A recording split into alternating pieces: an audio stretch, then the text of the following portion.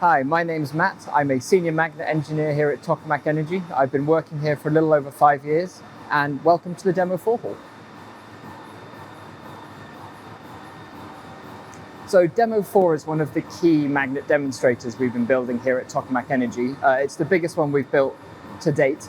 It consists of 14 toroidal field coil limbs. Each of those have 2 pancakes inside, and those coils contain our patented partial insulation technology. One of the key things we are testing on Demo4 is the validation of that partial insulation in a full 3D toroidal field coil configuration, which will give us confidence in moving it into a much bigger power plant scale magnet set. It also has 2 colloidal field coils. These sit above and below the toroidal field coil set. Those are fully insulated magnets. So that means we can apply current and you instantly get field, as opposed to the toroidal field coil set, where the current will slowly drain into the spiral path and giving you magnetic field. So Demo4 is a very important demonstrator for us in the magnet team to validate fusion technology for a number of reasons. The first is a manufacturing challenge. So to make this coil set, we've had to make 32 identical toroidal field coil pancakes and another 16 identical colloidal field coil pancakes. The other key missions that we're delivering with this are testing a full 3D set in high magnetic fields with high compressive stress on the center column. We're testing support structure around those tapes, and importantly, we're testing the interaction of the coil sets between the toroidal field coils and the colloidal field coils, which to date has not been tested on a HTS magnet. Finally, what we'll get from all of this is data feeding back into our modeling tools and our design tools, validating them for a full 3D array of coils.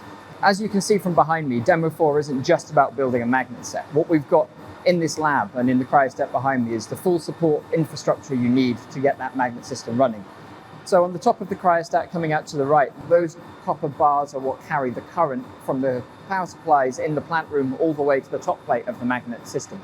From the top plate of the magnet system, there are further leads that take the current down to the first stage, where it's cooled to around 70 Kelvin. And from there, there's HTS bus bars, which are a custom in-house design that take the current down to the second stage of the magnet, which is the magnet support structure at around 20 Kelvin. You've also got an extensive cryogenic infrastructure here. So we've got 10 cold heads mounted on the top plate. Their cooling power is split between cooling the toroidal field coil set and the colloidal field coil set. Those cold heads are mounted to heat exchangers, and through those heat exchangers, we flow supercritical helium gas running down to around 14 Kelvin, which is pumped with a cryofan and takes it all the way down to the coils, where it's circulated, takes heat out of the coils and comes back up to the heat exchanger to be recooled again.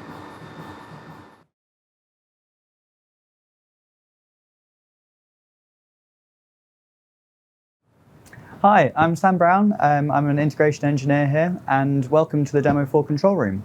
This is where we monitor all of the different signals that come in from the machine. And these include things like temperatures, the voltage taps and the amount of current that we're putting into the magnet, but also obviously how much field it's actually producing. You can see on here you've got lots of different traces, and we monitor this over a period of time, but then we actually do a lot of offline monitoring and analysis as well to really understand some of the key details and performance criteria of our magnets. And this enables us to really help design the next generation of magnets as well as we go forward. So when we finish testing Demo4, that won't be the end of the life of this system in this lab. What we're left with when we finish and take the magnet out is a magnet test facility for relatively large scale coils that we can do up to sort of 10 kiloamps of current with hundreds of watts of cooling power to test other magnet technology we want to be developing.